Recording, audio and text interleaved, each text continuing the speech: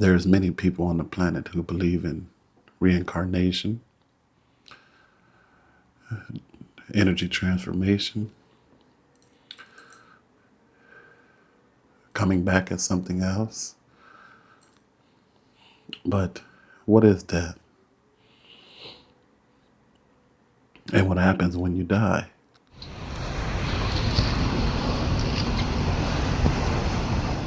There's been many stories about death, near-death experiences, what happens when someone dies and you keep the body. There's cultures that do that. Someone dies and they keep the body here in their house for a certain amount of time to supposedly allow the body to be there and be seen as a form of respect. But if you're not the body, and you're not your thought process, and you're not your emotional content, or whatever you would like to call it,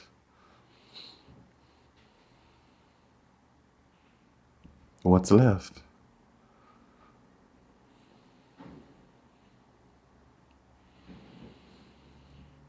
The consciousness that you are? Is that the only thing? Ultimately, it is. Because without the consciousness that you are pervading the body, there is no body.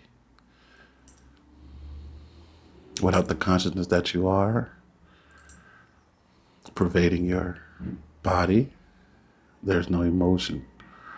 There's no sense perception. So recognizing that death is not really something to be feared, it's a beautiful mystery that we have to accept, and most people have accepted it. Everyone knows they're going to die one day, but you don't see people walking around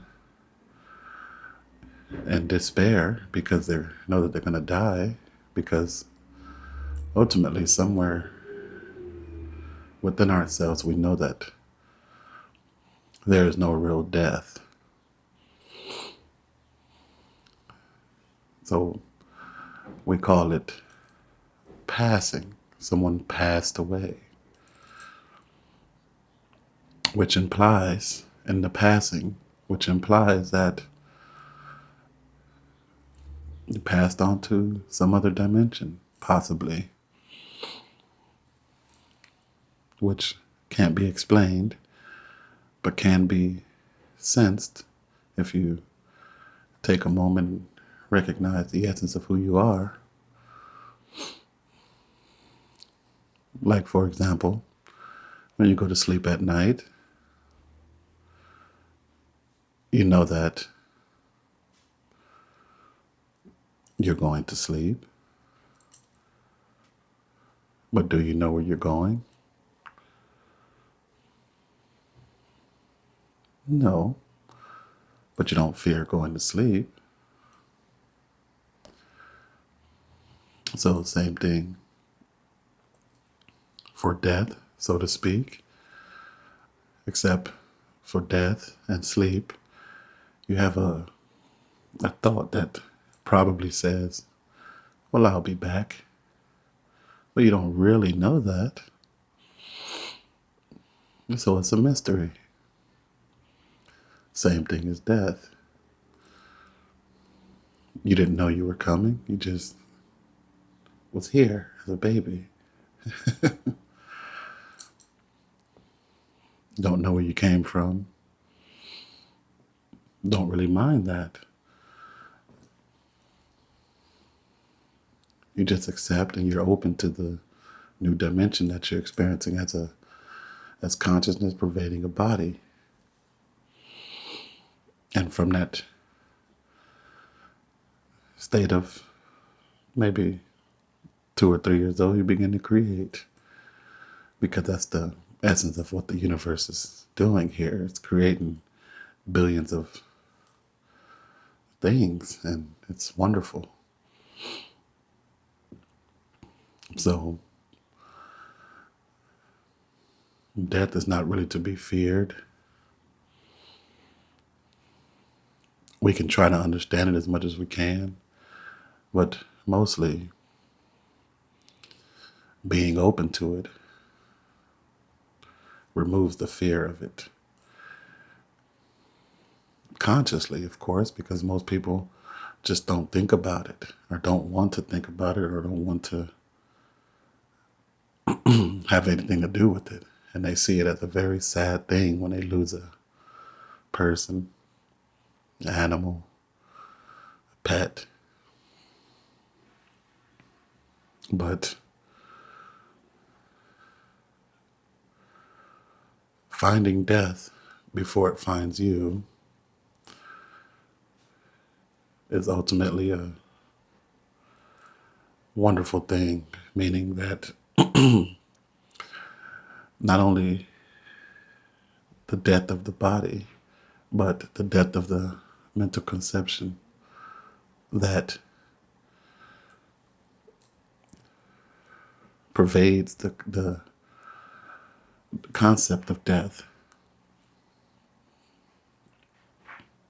meaning that you can become aware of some kind of ego death where your mind doesn't live in that state of consciousness anymore, where it's in fear, that dies off, and you're in more of an acceptance of what is death or whatever it may be. And there's no longer any fear about it. And it continues to be a mystery, but it's there's some openness there with it.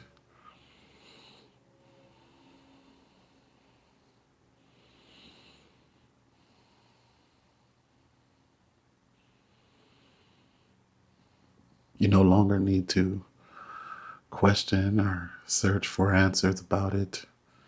It's accepted consciously where you know it happens, mentally and physically. So you're not afraid of change. You see many people, they're afraid of the egoic death or the mental conception, the conceptual deaths, because they've been so much trapped in it for so long. They can't see any change, and that mental state doesn't want to die. They'll do whatever it is to hold on to it. Nothing different, nothing can change. Well, once you let that go, because does that state of mind go with you when your physically body deteriorates? No. So that means already that is not that important. It's more important that you're open. It's more important that you can change. It's more important that you can see the ability to change.